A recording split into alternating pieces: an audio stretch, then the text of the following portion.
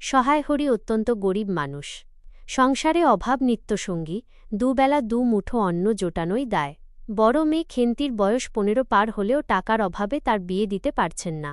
খেন্তি স্বভাবের দিক থেকে অত্যন্ত সরল, প্রাণোচ্ছল এবং ভীষণ ভোজনরসিক। তার মধ্যে কোনো জটিলতা নেই। প্রকৃতির প্রতি তার গভীর টান রয়েছে। সে বাড়ির উঠোনে একটি পুঁইমাচা তৈরি করে এবং পরম মমতায় তার যত্ন নেয়। অভাবের সংসারে বনের কচু ঘেঁচু বা সামান্য খাবারেই সে দারুণ তৃপ্তি খোঁজে। খেন্তির বিবাহ তৎকালীন সমাজে বেশি বয়স পর্যন্ত অবিবাহিতা মেয়েকে বাড়িতে রাখা ছিল নিন্দনীয়। তাই বাধ্য হয়ে সহায় হরি অনেক কষ্টে সামান্য কিছু টাকা জোগাড় করে এক বেশি বয়সের নিষ্ঠুর ও বিপত্নিক পাত্রের শ্রীমন্ত সাথে খেন্তির বিয়ে দেন।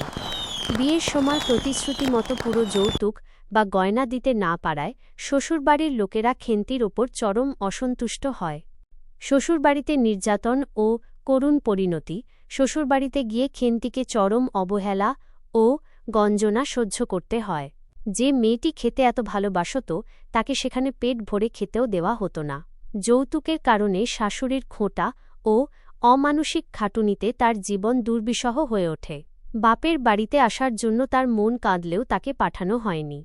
এক সময় খেন্তি বসন্ত রোগে আক্রান্ত হয়, কিন্তু শ্বশুরবাড়ির লোকেরা তার চিকিৎসায় চরম অবহেলা করে, যার ফলে বিনা চিকিৎসায় এই নিরীহ কিশোরীর মর্মান্তিক মৃত্যু হয়।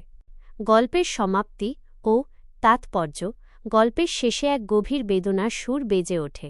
খেন্তি মারা যাওয়ার প্রায় 1 বছর পর শীতের সকালে অন্নপূর্ণা দেখেন উঠোনে খেন্তির নিজের হাতে লাগানো সেই পুঁইমাচাটি সতেজ হয়ে লকলক করে বেড়ে উঠেছে। মাচায় পুঁইশাকের ডগাগুলো যেন খেন্তিরই প্রতিনিধিত্ব করছে।